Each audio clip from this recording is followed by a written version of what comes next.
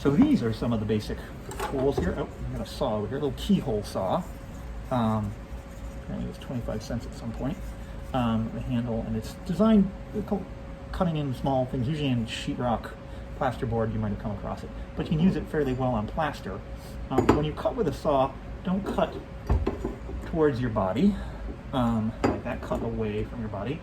And you can kind of get it moving. What you don't want to do with a saw is push really hard that way, because you get stuck, and then you can slip and gouge into your finger like that. Get some closer so you can see blood. Let's get it kind of gliding back and forth. Oh, and careful applying too much force. So I don't want to, big chunks I can use with this saw, but smaller things you can use what are called Sureform tools or plaster rasps. There's a couple of different types I have here.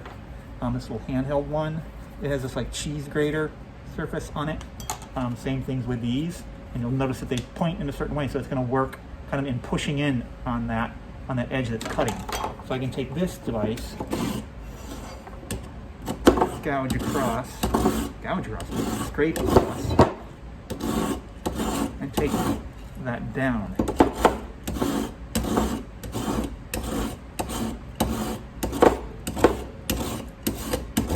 And notice all the dust. Of course, I'm wearing my dust mask. Anyway, you know, one of the things about dust masks I notice, and I do this sometimes because I'm forgetful, I do all this work and then I'll start putting things away and take the dust mask off and then sweep.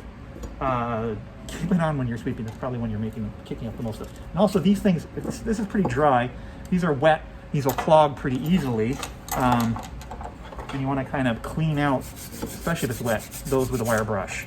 Definitely don't put them back in the cabinet before you clean them out, because it'll be all hardened and the next person that comes along won't be able to use it very well.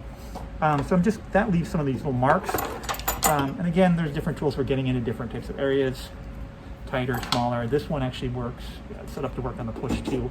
Sometimes they're set up to, you want to look at that edge. Hard to see.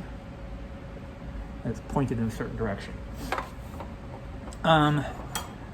The other type of sanding tool is like a sheetrock sandpaper. You can use regular sandpaper. It tends to clog up, especially if it's the plaster is still damp.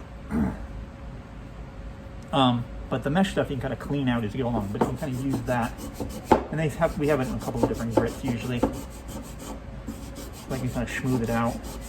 Sometimes I'll even use some kind of mesh screen to kind of completely sand it up. And I have little divots and stuff. If you have any big holes, you can go in and mix up a little bit of plaster and patch it, or if you have sheetrock compound at home for patching up your holes in your wall.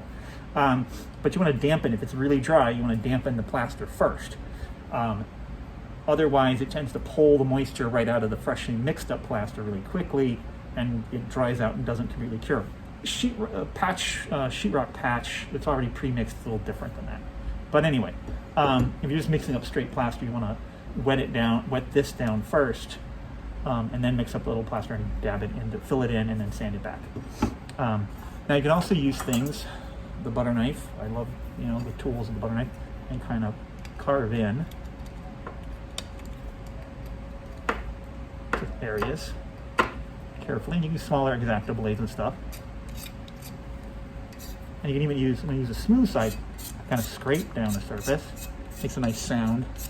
Not quite getting it there completely. And there's a variety of other types of little tools. Some smaller kind of homemade little chisel tools. Make sure if you're using these, this one has two ends on it, so you're not using that against your palm and pushing, because you'll cut yourself. So it's designed to work like this. If it has a flat end on the top, you can use it with a hammer to chisel, but with your plaster, these small plastics, you want to be careful. This is more for kind of just scraping along and getting into areas. So I can clean up parts. Again, don't push into your skin. You will bleed. Anyway, so those are some base tools, and it takes time to kind of refine and fix things. Usually in the castings, there are some flaws, little bubbles and such like that you can fix up, and you may want to do even more with that. You may want to drill in and shape and carve, and some of the students have sawed their head apart. This is a smaller one, a little demo one that I was doing before than the one we're going to do. But anyway, so that's working with some basic kind of plastics. Afterwards, Plaster, you can paint it. You want to make sure it's as dry as possible when you paint it, and it actually works best to kind of do a thin coat of either a primer that you would, same kind of primer you would use for a plaster sheetrock wall. But you can also, if you were taking a painting class and they made you buy a gallon of gesso and you have a bunch of it, that's essentially what gesso is on a painting canvas, is a primer. But I would thin it out. Don't put on thick layers because it'll tend to kind of stick, especially if it's still damp. If it's still cold to the touch, it's still got a lot of moisture in it, and sometimes the paint will just lay on the surface and you can peel it right off. So you want to be careful about when you paint it to make sure that you're getting that first layer in good so it won't just peel off. But I find that the thinner, you thin that first couple of coats, don't put on thick coats, thin out and let it really bond into the plaster. All right? Take care.